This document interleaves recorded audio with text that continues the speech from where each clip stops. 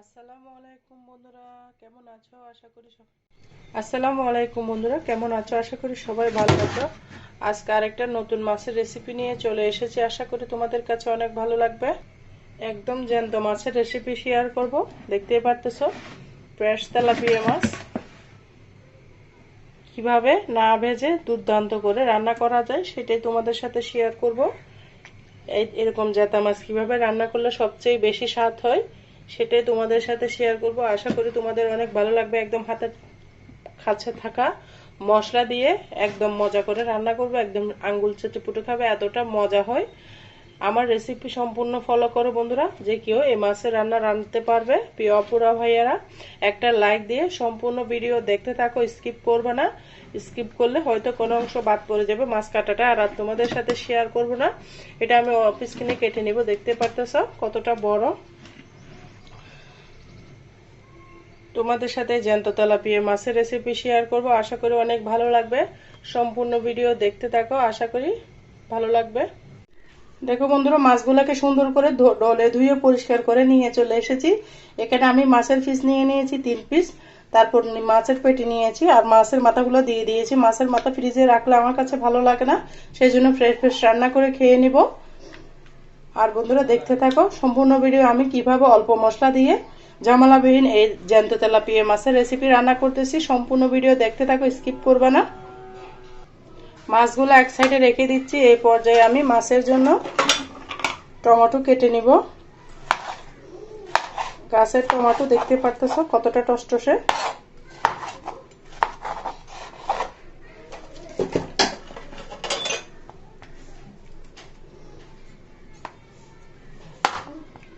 একদম সিম্পল ওয়েতে দেখাবো, যে কেউ রান্না করে নিতে পারবে।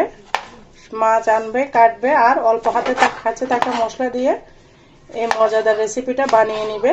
আর খেয়ে আমাকে কমেন্টস করবা কেমন হয়েছে। দেখতে পারতেছো টমেটোগুলো কেটে, পেঁয়াজটা আমি আগে থেকে কেটে নিয়েছি। রান্না চলে যাচ্ছি। এখানে আমি একটা পাতিল বসিয়ে দিয়েছি, দিয়ে দিচ্ছি পরিমাণ মতো তেল। কাঁচা মাছের মধ্যে কিন্তু তেলটা একটু বেশি দিতে হয়, না হলে কিন্তু খেতে ভালো লাগে না।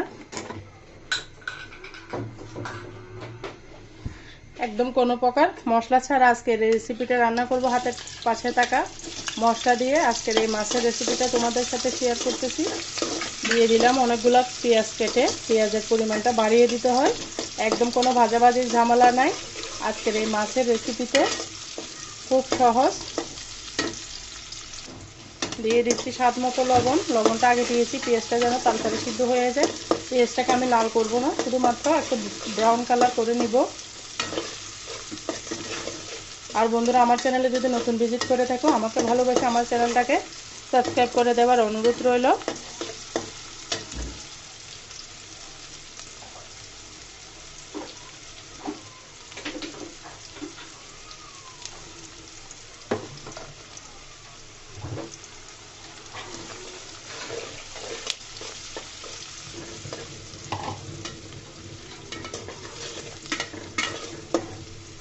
দেখতে পেয়েছো পেঁয়াজটা একটু লাল হয়ে গিয়েছে। দিয়ে দিচ্ছি এখানে লাল মরিচের গুঁড়া। তারপর দিয়ে দিব হলুদের গুঁড়া। এই সামান্য উপকরণ দিয়ে কিন্তু আজকের এই মাছের রেসিপি। এরকম জ্যান্ত মাছের মধ্যে কিন্তু ধনিয়া, জিরা, আদা, রসুন বাটা দিলে মাছের যে একটা ফ্লেভার থাকে বন্ধুরা, সেটা নষ্ট হয়ে যায়। তোমরা যারা বাইরের ডিস্ট্রিক্টে আসো এভাবে ট্রাই করবা। চট্টগ্রামের মানুষরা কিন্তু এভাবে রান্না করে। তোমরা যারা বাইরের ডিস্ট্রিক্টের মানুষ তারা কিন্তু আদা রসুন বাটা, জিরা বাটা ছাড়া মাছ রান্না করে না। এভাবে আমি বলবো একবার হলেও ট্রাই করবে, খেতে কিন্তু দুর্দান্ত লাগবে। দেখতে পারতেছো কত সুন্দর একটা কালার এসেছে।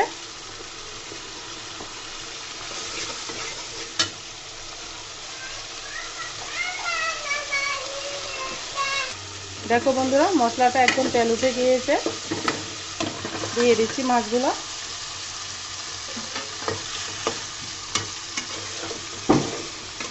এটা কিন্তু আমাদের চট্টগ্রামের মানুষের স্টাইলে মাছ রান্নাটা শেয়ার করেছি।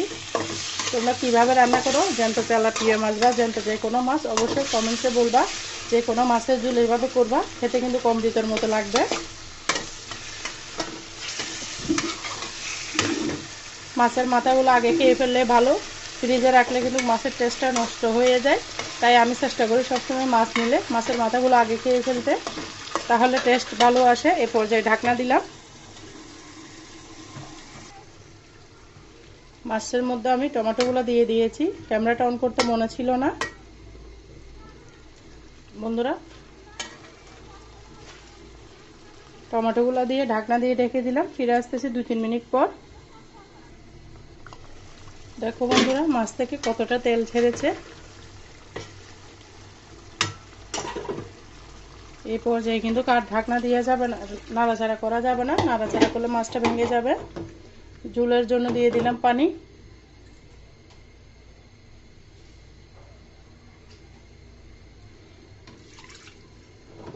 চুলার আগুনটা এই পর্যায়ে বাড়িয়ে দিব, এতক্ষণ কিন্তু লো ফ্লেমে ছিল, বাড়িয়ে দিলাম।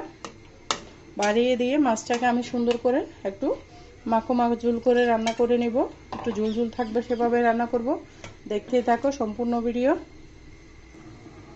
দেখো বন্ধুরা মাছটা ফুটতেছে, কতটা সুন্দর কালার এসেছে। এরই মাঝে কিন্তু আমার রান্নাটা রেডি হয়ে গিয়েছে, দেখতে পারতেছো। একদম সিম্পলভাবে তোমরা একবার হলেও রান্না করবা, খেতে কিন্তু দুর্দান্ত লাগে। কেমন হয়েছে আমার তেলাপিয়া মাছের রেসিপিটা অবশ্যই কমেন্টসে বলবা। একটু ঝুল ঝুল করে রান্না করেছি, যেহেতু জ্যান্ত তেলাপিয়া মাছ।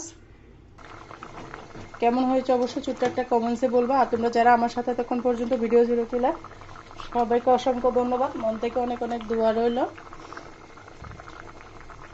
আর আমার কথার মাঝে যদি কোনো ভুল ত্রুটি হয় অবশ্যই সবাই ক্ষমার দৃষ্টিতে দেখবা। সবাই সবার জন্য বেশি বেশি করে দোয়া করবা। আজকের মতো আমি এখানে বিদায় নিচ্ছি, যে কোনো রেসিপি নিয়ে ইনশাআল্লাহ আবার পরবর্তী ভিডিওতে চলে আসবো। ততক্ষণ পর্যন্ত সবাই ভালো থাকবে, সুস্থ থাকবে। আল্লাহ হাফেজ। আসসালামু আলাইকুম ওয়া রাহমাতুল্লাহি ওয়া বারাকাতুহু।